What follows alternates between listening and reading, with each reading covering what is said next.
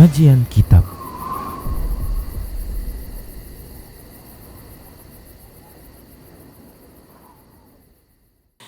Assalamualaikum warahmatullahi wabarakatuh. Innal hamdalillah nahmaduhu wa nasta'inuhu wa nastaghfiruh wa na'udzu billahi min shururi anfusina wa sayyiati a'malina may yahdihillahu fahuwal muhtadi wa may yudlil falan tajida lahu waliyyan mursyida.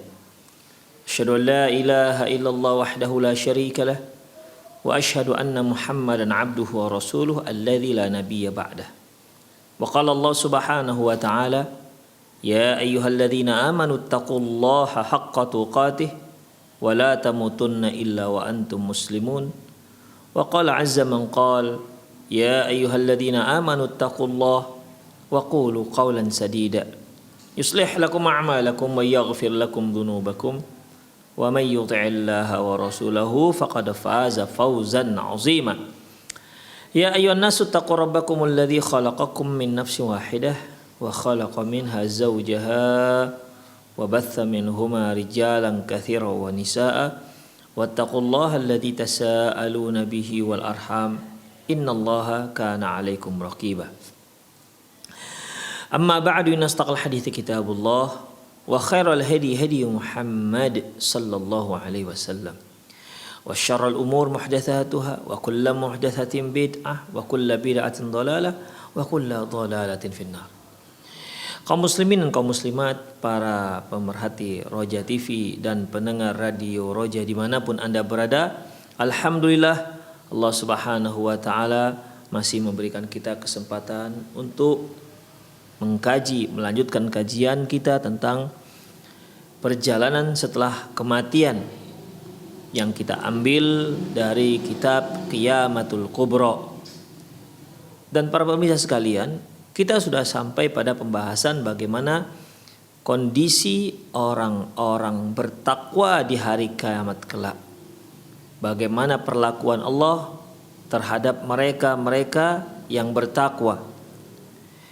Kita sudah sampai pada poin yang keempat. Kita sudah selesai di pembahasan yang ketiga, yaitu mereka yang memudahkan orang yang sedang kesulitan, kemudian memenuhi keperluan bagi orang yang sangat memerlukan, dan seterusnya, sebagaimana yang sudah kita bahas di kajian lalu. Kali ini ikhwah, ya, yaitu tentang alladzina yuyassiruna 'alal mu'sirin. Tentang orang yang memudahkan bagi orang yang sedang berada di alam kesulitan. Orang-orang bertakwa yang mereka memudahkan urusan orang yang sedang berada di dalam kesulitan, maka Allah subhanahu wa ta'ala akan memperlakukan mereka sebagaimana berikut disebutkan dalam hadis. Rawal Bukhari wa Muslim, diriwayatkan oleh Imam Bukhari dan Muslim fi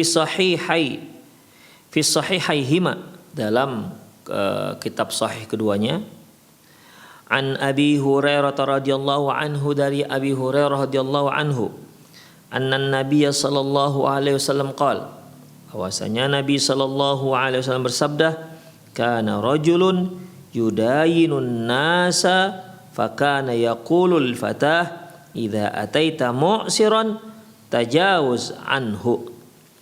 Ada seorang laki-laki yang dia gemar memberikan hutang, berpiutang kepada orang, memberikan hutang kepada orang. Dan dia berkata kepada pembantunya, kalau kamu menagih hutang orang yang sedang dalam keadaan sulit, fatajawaz anhu, maka maafkan dia.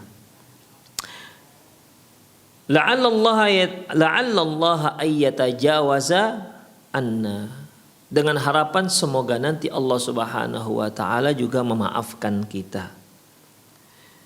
Qal, lantas Rasulullah mengatakan, falaki Allahu fatajawaza anhu, Lantas di hari kiamat orang ini bertemu dengan Allah dan Allah pun maafkan kesalahan-kesalahannya. Ini ikhwah yang disebut, yang masyhur dengan al-jaza ma'al jinsil amal. Sesungguhnya balasan itu sesuai dengan amalan yang pernah seseorang lakukan. Di sini kebaikan yang dia lakukan yaitu dia memberikan tenggang waktu, ya, memberikan kemudahan bagi orang yang berhutang dengan dia. Ya. Para ulama menyebutkan tajawuz anhu, ya, memaafkan dimaksud yang pertama ikhwah al-indharul mu'sir, yaitu menangguhkan orang yang kesulitan bayar, ditangguhkan pembayarannya. Mungkin dia pernah janji akan membayar di akhir bulan Mei misalnya. Ternyata sudah masuk waktu Juni, belum juga datang dia untuk melunaskannya. Datanglah misalnya orang yang telah memberikan hutang, menemui orang yang berhutang tersebut. Ternyata dia memang belum sanggup untuk melunasi hutang tersebut. Oleh karena itu syariat menganjurkan kita untuk menangguhkan. Okelah, kalau kamu tidak sanggup membayar di awal Juni, kami kasih tempo selama 2 bulan lagi. Demikian ikhwah. Ya, itu namanya salah satu makna daripada tajawuz, yaitu menangguhkan menungguhkan pembayaran orang yang kesulitan bayar hutang. Atau ikhwah rahimanallahu wa iyyakum, bisa juga yaitu makna tajawuz anhu, yaitu adamul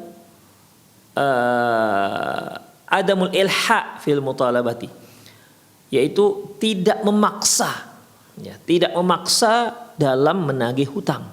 Karena kan ikhwah, bisa saja seorang itu marah-marah, ya, emosi ketika dia menagih hutangnya. Ketika ternyata orang yang berhutang tidak bayar hutangnya, maka dia bisa marah. Maka salah satu makna tajawuz yaitu adamul ilha fi mutalabati, tidak kasar, ya, tidak memaksa dalam melunasi hutang. Atau ikhwah, bisa juga at-tajawuz itu maknanya yaitu al-qabul biqabulin bima indah, menerima apa yang ada dari dia. Misalnya dia hutangnya 2 juta, ketika jatuhlah hari penagihan, ternyata uangnya hanya 1 juta, ya sudah, terima 1 juta, dah anggap lunas, 1 juta aja yang terima misalnya. Au at-tasadduq anhu, atau sedekah, artinya anggap lunas, ya, atau menganggap lunas. Jadi ketika dilihat dia sulit untuk bayar hutang, udahlah dianggap lunas saja. Demikian ikhwah, itu makna daripada at-tajawuz, artinya memberikan maaf. Bisa dengan cara menangguhkan waktu pembayaran, bisa maknanya yaitu saat menagih tidak dengan kasar ataupun tidak dengan mengintimidasi, atau juga bisa dengan menerima apa yang dia miliki walaupun belum sampai pada nominal yang dia hutangi, selebihnya dianggap lunas, ya, atau dianggap lunas. Demikian ikhwah, ya. Makanya ikhwah, para ulama memberikan hukum dalam masalah ini. Apabila ada orang yang memang dia kesulitan bayar hutang, ya, maka wajib untuk diberikan tangguhan. Itu ikhwah. Fa in kana dzu usratin fanadhiratun ila maisarah. Apabila orang tersebut memang sulit bayar hutangnya, fanadhiratun ila maisarah, maka tangguhkan hutangnya, tangguhkan pelunasan hutangnya. Para ulama menyebutkan kalau dia setakat ini hukumnya wajib. Wa antasaddaqu khairul lakum, apabila kamu anggap lunas itu lebih baik bagi kamu, in kuntum ta'lamun, jika kamu mengetahuinya. Untuk yang anggap lunas ini ikhwah, para ulama menyebutkan hukumnya mustahab, sebaiknya. Demikian ikhwah rahimanallahu wa iyyakum. Jadi dalam masalah ini ikhwah, azanillahu wa iyyakum, memaafkan itu yaitu fungsinya untuk apa ikhwah? Harapannya apa? Al jaza ma'al jinsil amal. Harapannya karena kita memaafkan orang yang berhutang. Ya, memaafkan orang yang berhutang, semoga Allah juga memaafkan kita nanti di hari kiamat.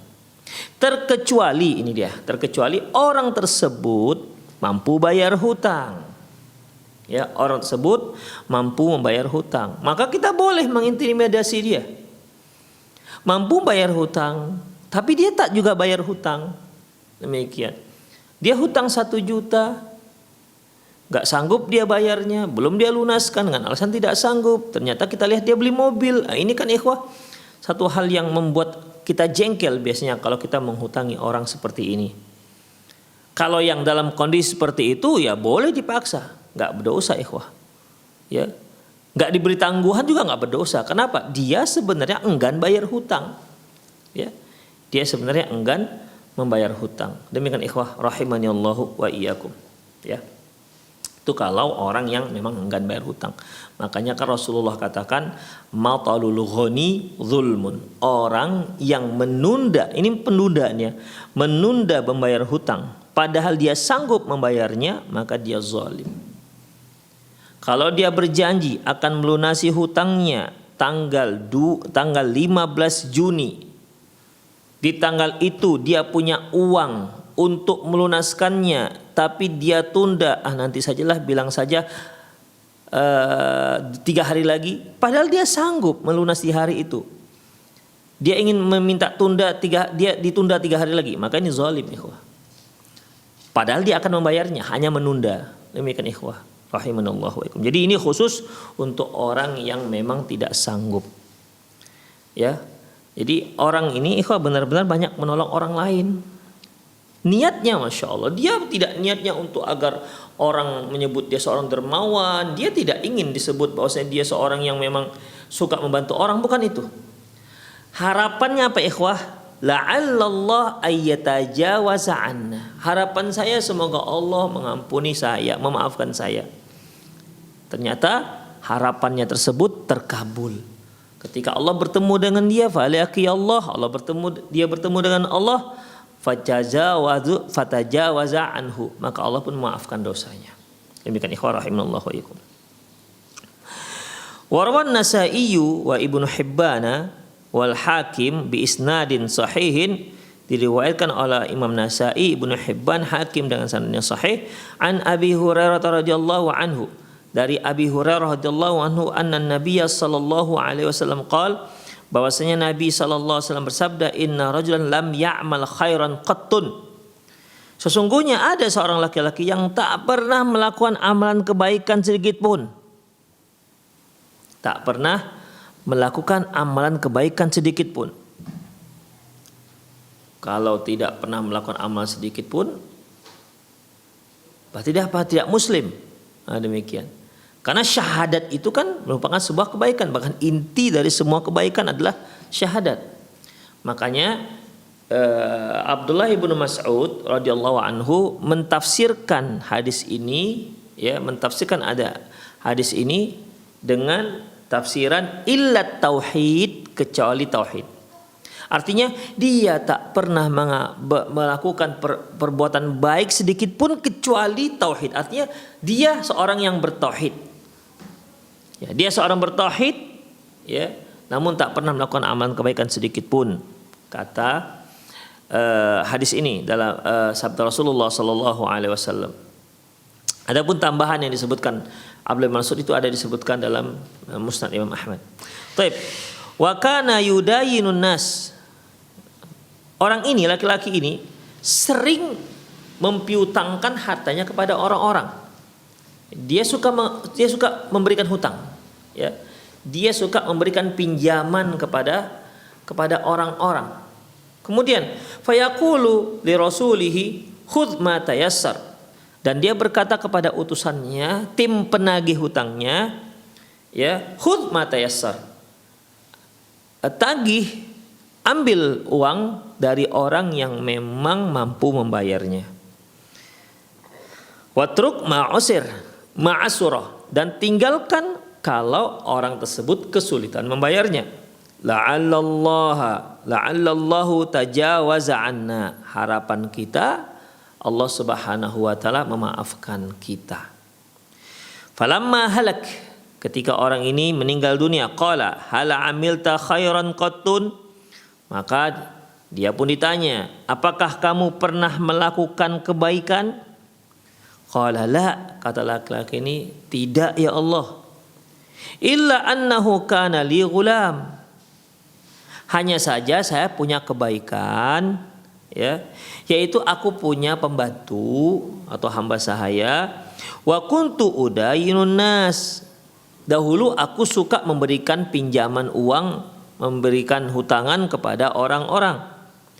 Fa idza ba'attuhu yataqadha, kalau aku utus dia untuk menagih hutang, qultu lahu khudh ma tayassar, aku katakan kepadanya, ambillah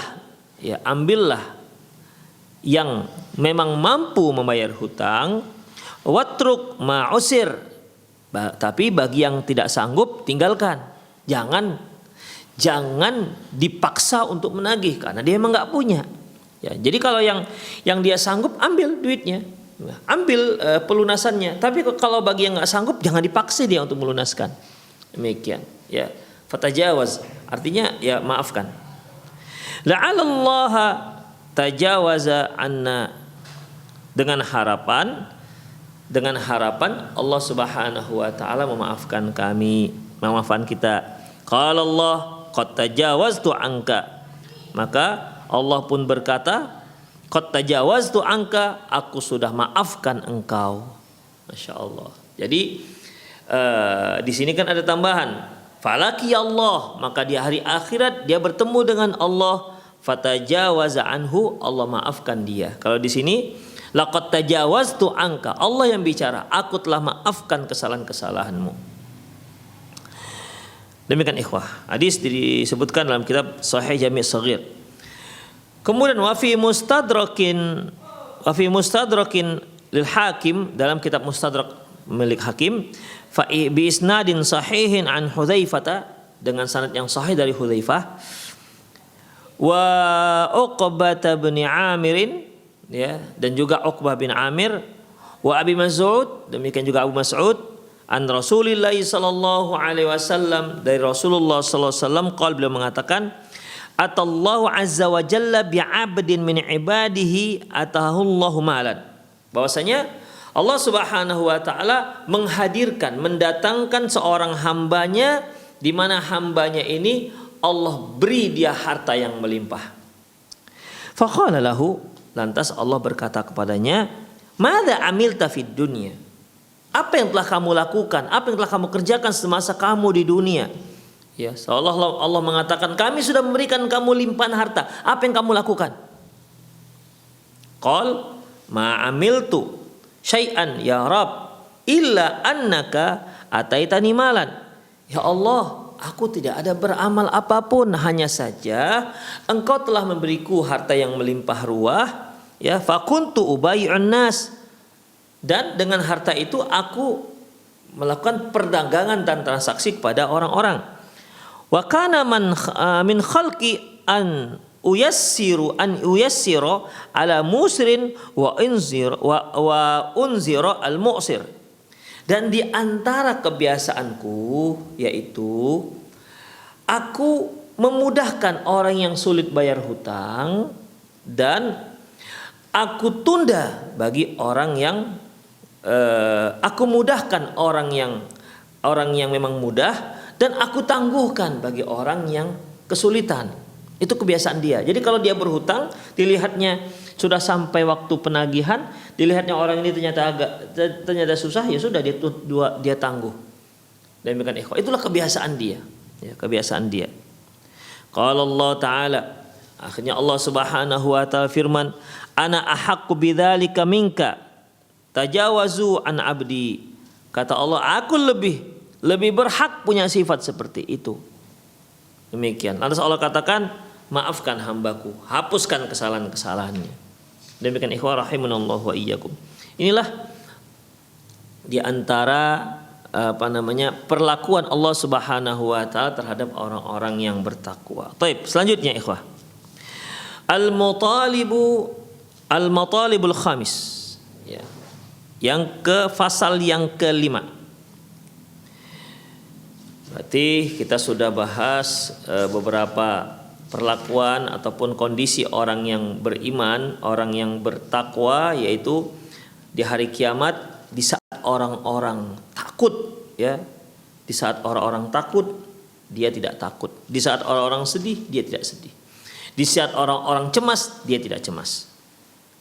Yang kedua yaitu Allah Subhanahu wa taala memberikan naungan terhadap mereka. Seperti hadis yang sangat masyhur, sab'atun yudhilluhumullahu fi yaumil la dhilla illa dhilluh, yaitu ada 7 orang di mana orang tersebut akan diberikan naungan oleh Allah Subhanahu wa taala di hari yang tidak ada naungan kecuali naungan Allah Subhanahu wa taala.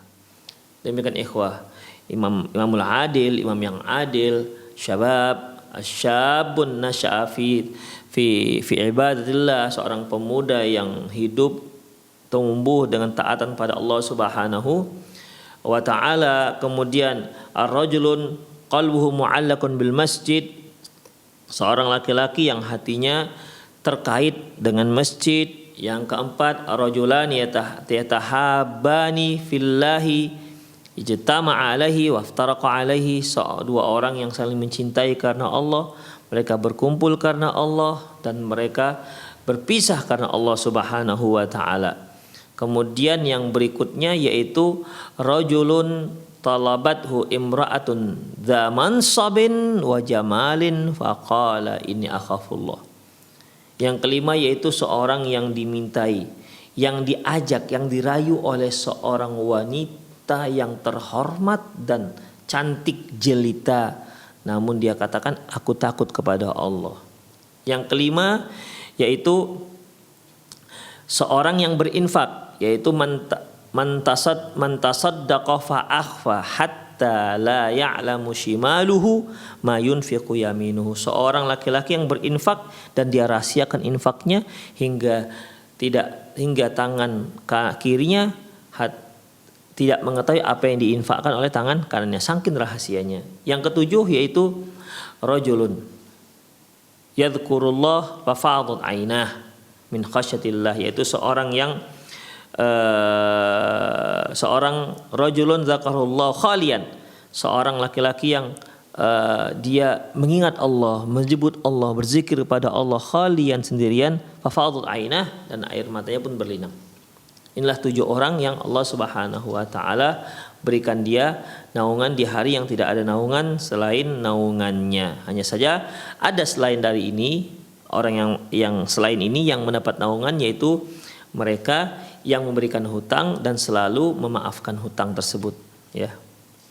Kemudian yang ketiga kemarin yaitu orang yang memudahkan orang yang dalam kesulitan, orang yang memenuhi keperluan, orang yang melepaskan seorang dari kesulitan, seorang yang memberikan keperluan orang yang membutuhkan dan lain-lainnya.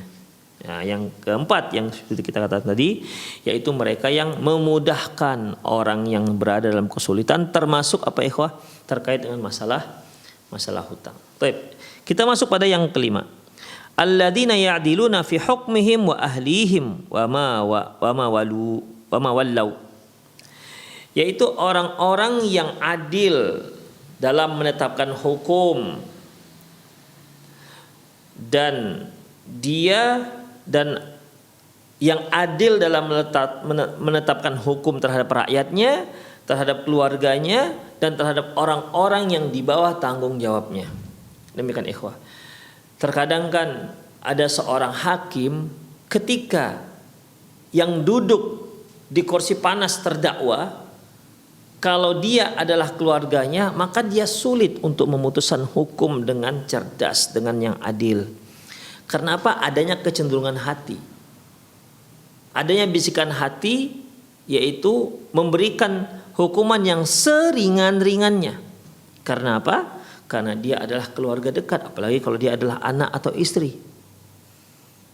Jadi seorang hakim agung sedang menyidang istri sendiri, itu ikhwah sulit, ya, sulit. Atau kerabat terdekat sulit untuk bersikap adil karena adanya kecenderungan hati. Tapi kalau dia tetap bersikap adil, masya Allah, Allah akan berikan keistimewaan. Al-adiluna fi yaumil qiyamah fi maqamin rafi'. Orang yang bersikap adil, ya, tempatnya di hari kiamat di tempat yang paling tinggi. Yajlisuna ala manabirin min nurin. Mereka akan duduk di mimbar-mimbar yang terbuat dari cahaya. Insyaallah, mimbar yang terbuat dari cahaya. Selama ini kan cahaya itu bukan sesuatu yang bisa dipegang apalagi diduduki.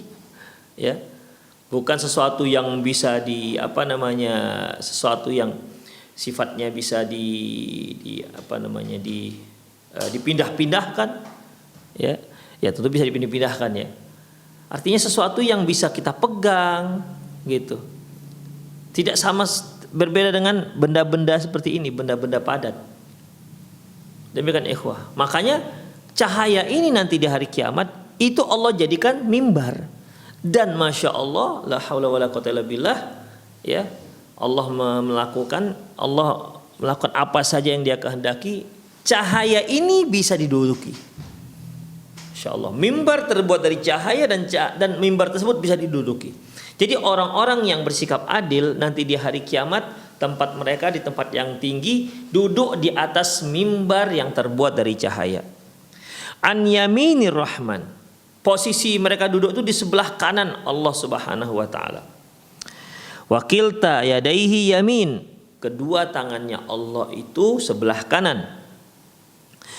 Wa fi sahih Muslim an Abdullah bin Amr qol, dalam kitab Sahih Muslim dari Abdullah bin Amr qol, dia berkata, qala Rasulullah sallallahu innal muqsitina indallahi ala manabiri min nur.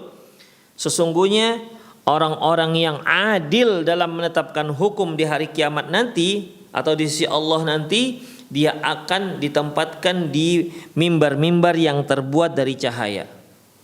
An yaminir rahman, di sebelah kanan Allah Subhanahu wa taala azza wa jalla. Kilta yadaihi yamin, kedua tangannya Allah itu yaitu sebelah kanan. Kedua tangan Allah itu kanan. Alladzina ya'diluna fi hukmihim wa ahlihim wa ma walu, yaitu mereka yang adil dalam menegakkan hukum, baik hukum terhadap rakyatnya maupun keluarganya, maupun wa ma walu, maupun semua urusan yang diamanahkan kepadanya. Inilah seorang imam yang adil. Demikian ikhwah rahimanallahu wa iyyakum. Jadi salah satu keistimewaan orang-orang muttaqin yang mereka punya jabatan, apakah jabatan kehakiman atau jabatan pemerintahan, mereka bersikap adil terhadap rakyat-rakyatnya, bersikap adil terhadap keluarga dan masyarakat yang ada di sekitarnya. Demikian ikhwah, karena bisa saja seorang hakim, seorang yang penguasa tidak adil, bisa saja, ya. Ketika datang bantuan dari pemerintah misalnya, ya, datang bantuan dari pemerintah, yaitu berupa, kita anggap saja kalau dahulu itu berupa gas LPG yang 3 kilo misalnya, digelontorkan dari pemerintah sekian ratus tabung, maka dia lebih mendahulukan keluarga-keluarganya saja, baru sisanya diberikan kepada masyarakat. Padahal bisa saja keluarganya itu berada jauh dari kantornya misalnya, tapi mereka semua dapat rata habis. Sisanya baru dibagikan kepada masyarakat. Nah, ini tentunya sudah suatu hal yang suatu ketidakadilan. Demikian ikhwah. Atau dia memberikan tabung gas yang seharusnya diberikan kepada fakir miskin, tapi malah diberikan kepada orang kaya misalnya. Itulah ikhwah suatu tindak ketidakadilan. Demikian ikhwah. Tapi kalau dia adil, maka Allah Subhanahu wa taala akan tempatkan dia di atas mimbar yang terbuat dari cahaya dan posisinya berada di sebelah kanannya Allah Subhanahu wa taala. Kilta yadaihi yamin, kedua tangan Allah itu kanan. Ikhwah rahimani Allah wa iyyakum. Mungkin ada di antara kita yang berpikir hadis ini ada berbenturan dengan hadis yang lain. Seperti sabda Rasulullah sallallahu alaihi wasallam, "Innallaha yatawis samawat biyaminih, summa yaqul ainal anal malik." Sesungguhnya Allah Subhanahu wa taala menggulung langit dengan tangan kanannya, wa yaqul, dan berkata, "Ana malik, aku adalah raja." Ainal mutakabbir, mana orang-orang zalim yang semasa di dunia? Summa yatawil ardin bishimalih, lantas Allah pun menggulung bumi dengan kirinya, Wa yaqulu ana malik, dan berkata, aku adalah Tuhanmu, aku raja. Ainal jabbarun, mana orang-orang yang zalim. Demikian ikhwah, di sini disebutkan Allah Subhanahu wa taala menggulung langit dengan tangan kanan dan menggulung bumi dengan tangan kiri. Sementara dalam hadis ini ikhwah rahimanallah wa iyyakum, Rasulullah menyebutkan kilta yadaihi yamin, kedua tangannya itu kanan. Ya. Sebagian ulama ada yang menyebutkan hadis yang Allah Subhanahu wa taala menggulung bumi dengan tangan kirinya, ya, dengan tangan kirinya itu dhaif. Sebagian, ya. Sebagian mengatakan dhaif. Namun yang rajih bahwasanya hadis itu sahih. Ya, hadis itu sahih. Kemudian ikhwah rahimanallahu wa iyyakum, Sebelum kita sampai ke sana pembahasannya, bahwasanya Allah Subhanahu wa taala pernah bertanya kepada iblis. Ya iblis, ma mana'aka alla tasjuda? Ya iblis, apa yang menghalangimu untuk sujud? Antas juda lima khalaqtu biyadayya. Ya iblis, apa yang menghalangimu untuk sujud terhadap Adam yang aku ciptakan dia dengan kedua tanganku? Astakbarta am kunta minal alin? Apakah kamu takabur atau kamu merasa dirimu lebih hebat dibandingkan Adam? Di sini Allah Subhanahu wa taala menyebutkan lima khalaqtu biyadayya, apa yang telah kuciptakan dengan kedua tanganku. Jadi tangan Allah Subhanahu wa taala itu dua. Ya, dua. Hanya tentunya janganlah tergambar pada kita bahwasanya tangannya Allah itu seperti tangannya makhluk, enggak boleh. Ya, tadi boleh kan? Tangannya Allah itu sesuai dengan kemuliaan Allah Subhanahu wa taala. Lantas ketika dalam satu hadis dikatakan Allah punya tangan kiri dan kanan, sementara yang ini yang baru kita baca dalam buku ini tangannya Allah dua-duanya kanan, Syekh Muhammad bin Shalih Al-Utsaimin ikhwah menyebutkan tentang ini. Beliau mengartikan bahwasanya ketika Rasulullah mengatakan kedua tangannya Allah itu kanan, itu menunjukkan bahwasanya mengartikan bahwasanya kirinya Allah, tangan kirinya Allah itu tidak sama dengan tangan kirinya makhluk. Tangan kiri, ya, tangan kiri kita lah kita katakan. Tangan kanan kita masih dinilai lebih mulia dibandingkan tangan kiri. Makanya kalau ada yang memberi dengan tangan kanan dengan yang memberi dengan tangan kiri, pasti orang mengatakan bahwasanya memberi dengan tangan kiri itu tak sopan. Demikian juga kalau dia menerima dengan tangan kanan, yang ini menerima dengan tangan kiri, pasti akan dikatakan yang terima pakai tangan kiri itu tidak sopan. Sebagai tanda bahwasanya tidak sama posisi tangannya Allah, yang dua tangan Allah itu sama, ya, baik kiri dan kanan, maka disebutkan dengan lafaz kiltal yadaihi yamin, kedua tangannya kanan. Nah, demikian ikhwah. Artinya sama mulia kedua tangan Allah Subhanahu wa taala. Berbeda dengan manusia. Manusia harus menggunakan hal-hal yang baik-baik dengan tangan kanan. Adapun untuk najis menggunakan tangan kiri. Demikian ikhwah. Seperti makan misalnya. Rasulullah sallallahu alaihi wasallam mengatakan, la yaqulanna ahadukum bishimalihi wa yashrabanna biha fa inna syaitan ya'kulu wa yashrabu biha. Janganlah salah seorang kalian makan dan minum dengan tangan kanannya, karena setanlah yang makan dan minum dengan janganlah salah seorang kalian makan dan minum dengan tangan kirinya, karena setanlah yang makan dan minum dengan tangan kiri. Demikian ikhwah rahimanallahu. Itu memang tabiat setan, ya. Setan itu memang punya tabiat buruk. Seperti lalat. Lalat itu ikhwah, kalau kita letakkan misalnya makanan yang bersih dengan yang bau yang sudah busuk, dia lebih tertarik kepada yang busuk. Itulah tabiat lalat. Sama dengan iblis. Iblis ini tabiatnya busuk. Demikian. Makanya kita dilarang untuk mengikuti si iblis. Wala tattabi'u khutuwatis syaitan. Jangan kamu mengikuti jejak-jejak langkah setan. Demikian. Di antara busuknya tabiat iblis ini, kalau dia makan pakai tangan kiri, kalau dia minum pakai tangan kiri. Makanya kita dilarang menyerupai syaitan. Karena dia menggunakan kirinya ya dalam aktivitasnya. Dan itu tabiat buruk setan. Sama seperti ketika Rasulullah SAW melarang kita untuk memakai sendal sebelah. Ya, kalau sendal kita lepas, maka jangan yang lepas kita copot, kita jalan dengan satu sendal, nggak dibolehkan. Lepas dua-dua atau pakai dua-dua. Alasannya, fa inna syaitan yamsi bini'alin wahidah, karena setan itu jalan dengan menggunakan satu sendal. Bukan dikarenakan sendalnya putus, enggak. Ya, tapi dikarenakan memang tabiatnya suka begitu. Yang sebelahnya pakai sendal, yang satu lagi tidak pakai sendal. Itulah setan ikhwah rahimanallahu wa iyakum. Oleh karena itu makan kita pakai tangan kanan, ya, karena ini sebuah kemuliaan. Rasulullah katakan ketika terhadap seorang bocah, ya gulam, samillah wa qul biyaminik wa qul mimma yalik. Hei anak, hei bocah, baca bismillah, kemudian makan dengan tangan kananmu dan ambil makanan yang ada di dekatmu. Demikian ikhwah. Jadi kalau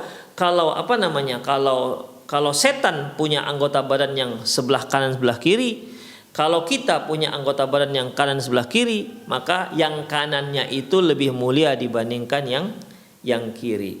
Oleh karena itu ketika dalam hadis yang menyebutkan Allah memiliki tangan kanan dan kiri, yang kanan menggulung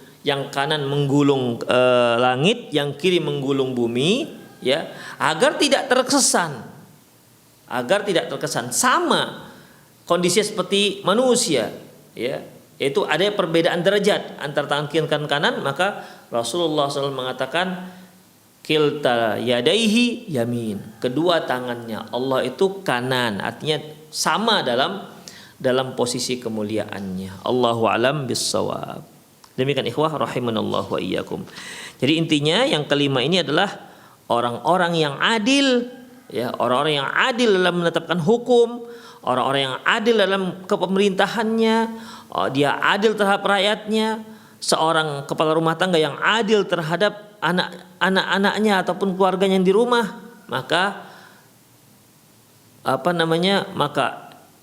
imam ataupun pejabat ataupun seorang qadhi yang adil, maka nanti di hari kiamat akan dipersilakan dia duduk di atas mimbar yang terbuat dari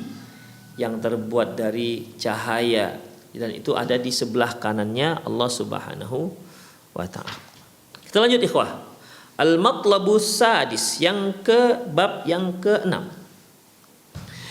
Asy-syuhada wal murabitun, yaitu para syuhada dan orang-orang yang bertahan di perbatasan, menjaga perbatasan. Idza faraghan nasu fi yaumil qiyamati fa inna syahida la yafza'. Apabila orang-orang terkejut ketika bangkit di hari kiamat, sesungguhnya orang yang mati syahid tak terkejut.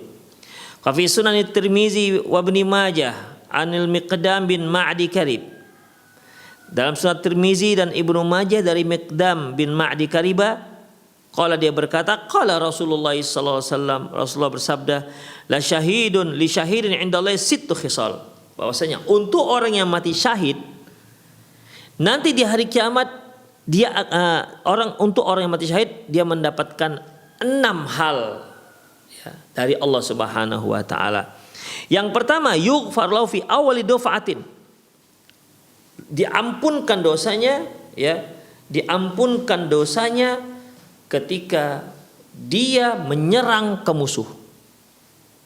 Atau wa yara maq'adahu minal jannah, dan dia melihat tempatnya di hari tempatnya nanti di surga. Jadi orang ketika menyerang musuh, ya, ketika berkecamuk peperangan, di saat itu Allah Subhanahu wa taala ampunkan semua dosanya. Demikian. Yang kedua yaitu wa yara maq'adahu minal jannah fil jannah minal jannah. Dia melihat tempatnya di surga yang telah Allah Subhanahu wa taala siapkan untuknya. Selanjutnya yujawir min adzabil qabr. Dia diselamatkan, dijauhkan dari azab kubur. Kemudian wa ya'mu minal fazil akbar, dan dia aman dari rasa takut yang terbesar, yaitu hari kiamat. Wa yudha ala ra'si tajun liqar. Dia akan disematkan di atas kepalanya mahkota yang disebut dengan mahkota wiqar. Kemudian yudha ala ra'si tajun wiqar al yaqutatu minhu khairun minad dunya wa fiha. Diletakkan di atas kepalanya, ya, mahkota yang bertaburkan intan berlian, di mana lebih baik mahkota ini lebih baik ketimbang dunia dan seisinya.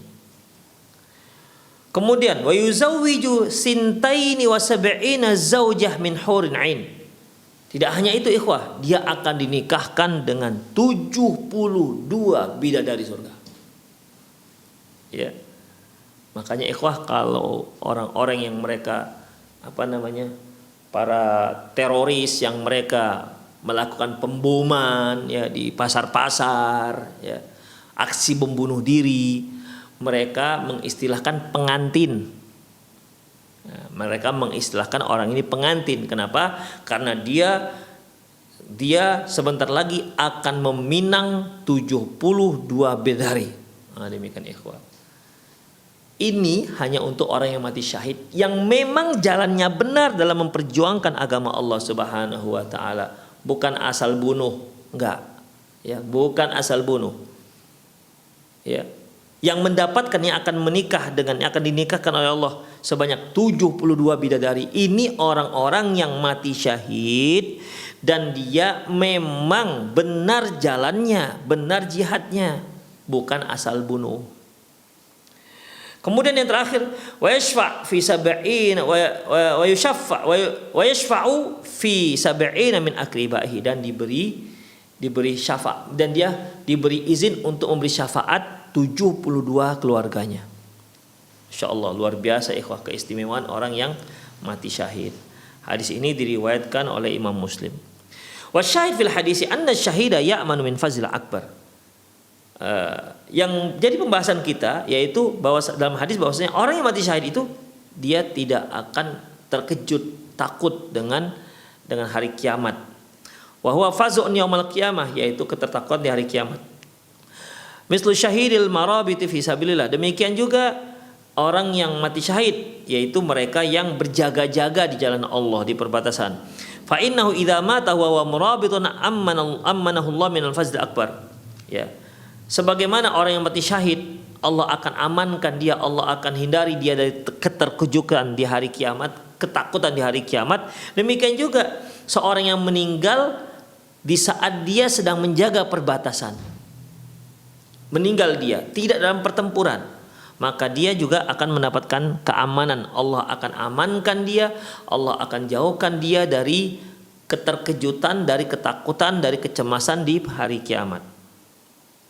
Kemudian faqad rawat Tabrani bi isnadin sahih an Abi Darda anna Nabi sallallahu alaihi wasallam, diriwayatkan oleh Imam Tabrani dengan sanad yang sahih dari Abi Darda dari Nabi sallallahu alaihi wasallam, qala, dia berkata, ribatu yaumin khairun minas siyamid dahr. Berjaga-jaga satu hari di perbatasan kaum muslimin, daerah kekuasaan kaum muslimin, berjaga-jaga dari serangan musuh satu hari itu lebih baik ketimbang berpuasa selama 1 tahun. Wa man mata murabitan fi sabilillahi amina minal fazil akbar, dan barang siapa yang meninggal di saat dia menjaga perbatasan keamanan kaum muslimin, menjaga keamanan perbatasan kaum muslimin, maka Allah akan selamatkan, hindari dia dari ketertakutan di hari kiamat. Wa ghudi alaihi birizqihi, dan dia akan diberikan rezekinya. Wa riha alaihi minal jannah, dan akan bertiup kepadanya dan angin surga akan bertiup kepadanya. Wa yajri alaihi ajral marabit hatta yab'atsahu Allah, dan pahala berjaga-jaganya di perbatasan menjaga keamanan, ya, itu akan terus mengalir sampai hari kiamat. Jadi walaupun dia sudah meninggal, namun pahalanya akan terus sampai hari kiamat. Demikian ikhwah, itu pahala orang yang berjaga-jaga di perbatasan untuk menjaga keamanan, menjaga jangan sampai ada musuh yang ketika kita lalai musuh tiba-tiba menyerang tanpa diketahui. Makanya penting sekali pos-pos penjagaan. Mereka ini ikhwah, karena mereka berada di pos penjagaan dan mereka menjaga kaum muslimin dari serangan-serangan musuh. Mereka ini kalau meninggal dalam kondisi seperti itu, maka ya Allah Subhanahu wa taala amankan dia dari rasa takut di hari kiamat. Allah amankan dari rasa cemas di hari kiamat. Allah amankan dia. Demikian ikhwah dari itu semua, ya. Kemudian satu hal lain yang juga tak kalah pentingnya, ketika dia sudah meninggal, maka pahalanya akan terus mengalir sampai hari kiamat, seolah dia tetap berjaga-jaga di perbatasan sampai hari kiamat. Itu dia. Jadi kalau ibaratnya ada orang sholat, ya, meninggal misalnya, ini contoh nih, meninggal, maka Allah Subhanahu wa taala memberikan dia pahala terus mengalir seolah dia sedang sholat sampai hari kiamat. Gitulah lebih kurang. Tapi ini contohnya, dia berjaga di perbatasan, menjaga keamanan kaum muslimin, menjaga jangan sampai ada musuh Islam yang menyerang tiba-tiba tanpa diketahui, dan meninggal dalam keadaan seperti itu, maka pahalanya mengalir, ya, terus sampai hari kiamat. Jadi seolah dia tetap berjaga di perbatasan tersebut. Kemudian Amin ikramillahi li syahidin yaumal qiyamati anna la yab'athuhu wa jarhuhu yatafajjaru damal laun dam. Di antara keistimewaan kemuliaan yang Allah berikan kepada orang yang mati syahid di hari kiamat, Allah Subhanahu wa taala akan bangkitkan dia dengan luka yang mengalirkan darah, dengan darah yang berwarna darah. Jadi lukanya masih menyeruak dan darahnya mengalir dan warnanya warna darah, ya. Rihul misk, tapi darah ini mengeluarkan aroma minyak kasturi. Zaman Rasulullah minyak kasturi ini yang paling mahal dan yang paling paling semerbak aromanya. Jadi warnanya warna darah, tapi aromanya aroma kasturi, bukan anyir seperti darah-darah yang lain. Demikian ikhwah, bukan amis seperti darah-darah yang lain. Wa fi sahih Bukhari an Abi Hurairah radhiyallahu anna Rasulullah qala, dalam kitab Sahih Bukhari dari Abi Hurairah radhiyallahu anhu, bahwasanya Rasulullah sallallahu alaihi wasallam bersabda, "Walladzi nafsi biyadihi, demi zat yang jiwaku ada di tangannya, la yuklamu ahadun fi sabilillah, tidaklah seorang itu terluka di jalan Allah, wallahu a'lamu bima yaklamu fi sabilillah, dan Allah lah lebih tahu siapa saja orang-orang yang benar-benar terluka di jalan Allah, illa ja'a yaumal qiyamati launul dam, kecuali nanti lukanya itu akan datang di hari kiamat dengan luka yang berwarna darah, rihul misk, dan aromanya aroma minyak kasturi. Demikian ikhwah rahimanallah wa iyyakum. Baik, dikit lagi. Warawat Tirmizi wa Nasa'i wa Abu Dawud bi isnadin sahih an Mu'adz bin Jabalin. Diriwayatkan oleh Imam Tirmizi, Nasa'i, Abu Dawud dengan sanad yang sahih dari Mu'adz bin Jabal, annahu sami'a Rasulullah yaqul, bahwasanya dia pernah mendengar Rasulullah bersabda, "Man qatala fi sabilillah fawaqa naqah faqad wajabat lahul jannah." Barang siapa yang berperang bertempur di jalan Allah dalam jangka waktu antara dua perahan susu, ya. Jadi memerah susu itu ada waktu-waktunya ikhwah, ya, ada waktu-waktunya. Dan barang siapa bertempur di antara dua waktu ini, ya mungkin satu malam atau begitu, Allahu a'lam bishawab, maka dia wajib dapatkan surga. Maka dia wajib mendapatkan surga. Faman jarah hajarhan fisabilillah, dan barang siapa yang terluka fisabilillah karena jalan Allah, terluka karena dia berada di jalan Allah, au nakaba nakbatan, atau dia terjadi sesuatu yang tidak diinginkan pada dirinya, fa innaha taji'u yaumil qiyamah ka'aghzari makanat launuha za'faran wa riha misk, maka dia akan datang di hari kiamat dengan kondisi yang terbaik, warnanya warna za'faran dan aromanya aroma minyak kasturi. Demikian ikhwah rahimanallah wa iyyakum, ya. Itulah yang keenam, ya, tentang keistimewaan orang-orang yang mati syahid dan orang-orang yang berjaga-jaga, ya, yang berjaga-jaga di perbatasan untuk menjaga keamanan kaum muslimin, untuk berjaga-jaga jangan sampai ada musuh yang tiba-tiba menyerang tanpa diketahui oleh kaum muslimin. Dan mereka ini akan diperlakukan di hari kiamat nanti sebagaimana yang disebutkan dalam hadis-hadis yang telah kita bacakan. Qala Ibnu Hajar, qala ulama al-hikmatu fi ba'thihi kadzalika ayyakuna ma'u syahid bi fadilatihi bi badlihi nafsi fi taatillah.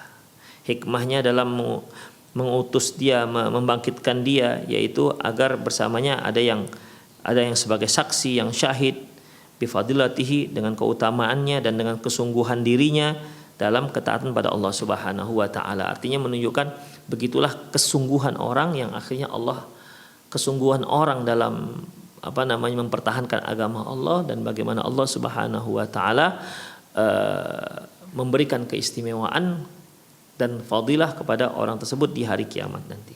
Demikian ikhwah, saya kira itu saja untuk pagi hari ini, semoga bermanfaat. Aku lu qauli hadza wa astaghfirullah li wa lakum wa lisal muslimin innahu huwal ghafurur rahim. Naam. Syukran jazakallahu khairan wa barakallahu fiik atas penyampaian materi pada kesempatan pagi hari ini. Bagi Anda yang ingin bertanya seputar kajian pada kesempatan pagi hari ini, Anda dapat bertanya melalui layanan telepon di 0218236543 atau melalui pesan WhatsApp di 0819896543. Pertanyaan pertama akan kita coba angkat terlebih dahulu dari layanan telepon.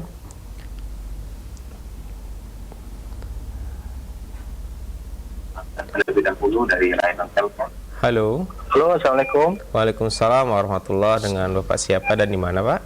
Dengan XT Tangerang. Ya, silahkan Pak pertanyaannya. Assalamualaikum Ustaz, izin bertanya. Masalah hutang. Jadi saya menghutangi kawan sudah 2 tahun dan saya tidak enak untuk menagihnya. Karena saya yakin beliau sudah mampu, karena hutangnya nggak seberapa. Saya hanya berpatokan kepada salah satu hadis dari sahabat Ahmad, Abu Ya'la, Abu Nawajah atau Berini, di mana barang siapa membentangkan waktu pada orang yang berada dalam kesulitan, maka setiap hari sebelum batas waktu pelunasan dia akan dinilai telah bersedekah. Jika hutangnya belum lunasi lagi, lalu dia masih memberikan tengah waktu, maka setiap hari dia akan mendapatkan dinilai telah bersedekah 2 kali lipat pada hutangnya. Apakah saya salah kalau memang tidak menagihkan karena saya berharap akan pahala ini, Ustaz? Itu saja pesan saya. Barakallahu fiik wa jazakallahu khairan. Assalamualaikum warahmatullahi wabarakatuh. Waalaikumsalam warahmatullahi wabarakatuh. Silakan Ustaz. Baik, Allahu a'lam bissawab. Terkait dengan masalah ini, yang sengaja tidak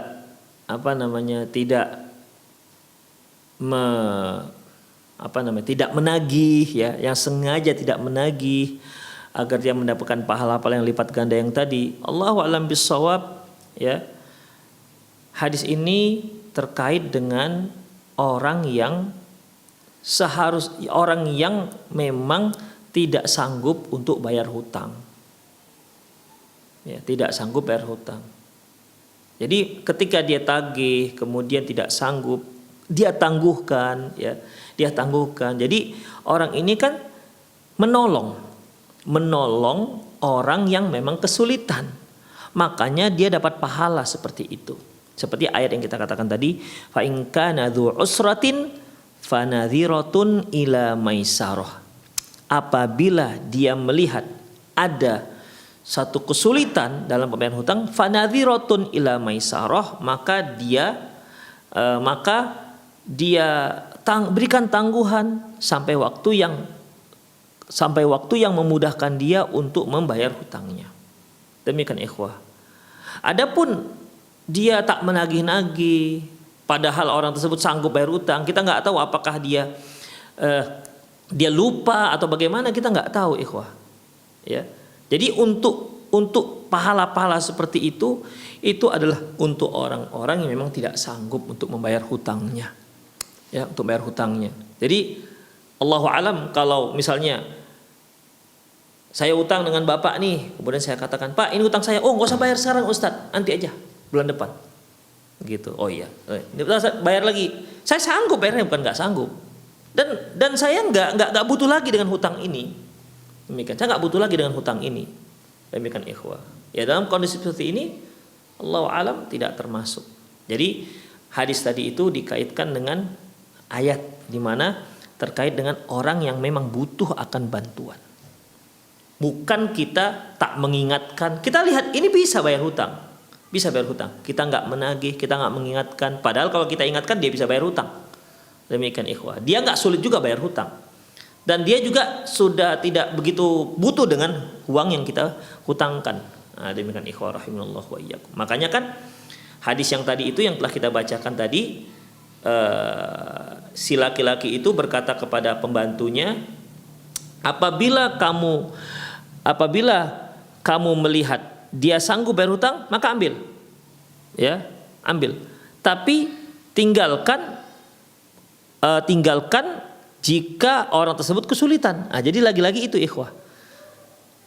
Ya, lagi-lagi itu. Jadi intinya adalah fatajawaz anhu, maafkan dia, maka fatajawazallahu anhu, maka Allah pun memaafkan dia. Jadi dia memaafkan itu terkait dengan karena orang yang beri hutang ke dia nggak sanggup bayar. Nah, akhirnya dia mudahkan, dia beri kemudahan. Tadi telah kita sebutkan 4 ya. Imma kemudahan itu artinya penangguhan, atau dia menagihnya tidak dengan cara teror, kasar atau memaksa. Yang ketiga, menerima apa yang dia sanggupin, sisanya dianggap lunas atau dia anggap lunas sama sekali. Itu semua kaitannya dengan apa? Dengan karena ketidaksanggupan membayar hutang. Allahu a'lam bissawab. Syukran jazakallahu khairan wa barakallahu fik atas jawabannya Ustaz. Semoga bermanfaat bagi penanya. Pertanyaan selanjutnya masih kita akan coba angkat dari layanan telepon. Halo. Assalamualaikum. Waalaikumsalam warahmatullahi. Dengan Bapak siapa dan di mana, Pak? Nah, balik mau bertanya ini Pak Ustaz. Ya, apakah seperti kemalangan gitu, terus takziah?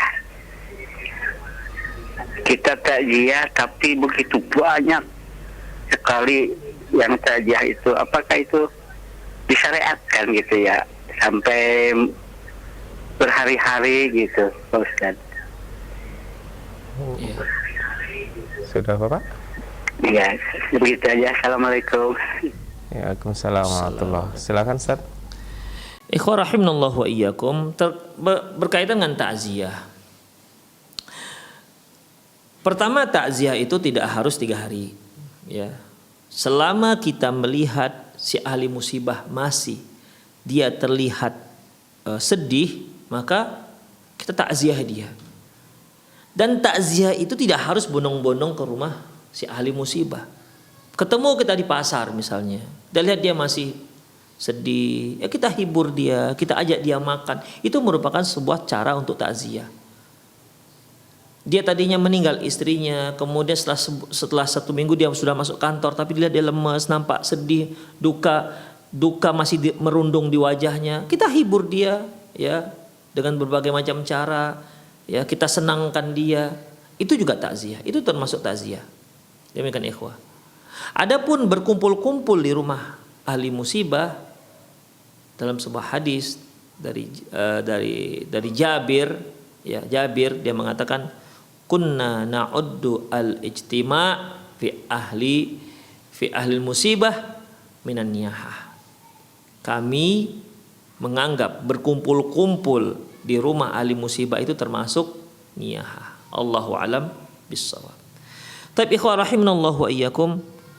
Demikianlah, semoga apa yang kita bahas tadi bermanfaat, yaitu masih terkait dengan bagaimana kondisi orang-orang yang bertakwa di hari kiamat. Sekali lagi kita sudah bahas bagaimana kondisi orang kafir di hari kiamat, bagaimana kondisi orang yang maksiat, muslim tapi dia pelaku maksiat di hari kiamat. Dan kali ini ya kita belum selesai lagi bagaimana kondisi orang-orang yang bertakwa di hari kiamat. Kita sudah sampai pada pembahasan yang ke-6. Semoga Allah Subhanahu wa taala memudahkan kita untuk menyelesaikan pembahasan ini. Ya, demikian ikhwah. Saya undur diri. Aku qouli hadza wa astaghfirullah li wa lakum. Lisal muslimin innahu wal ghafurur rahim. Assalamualaikum warahmatullahi wabarakatuh.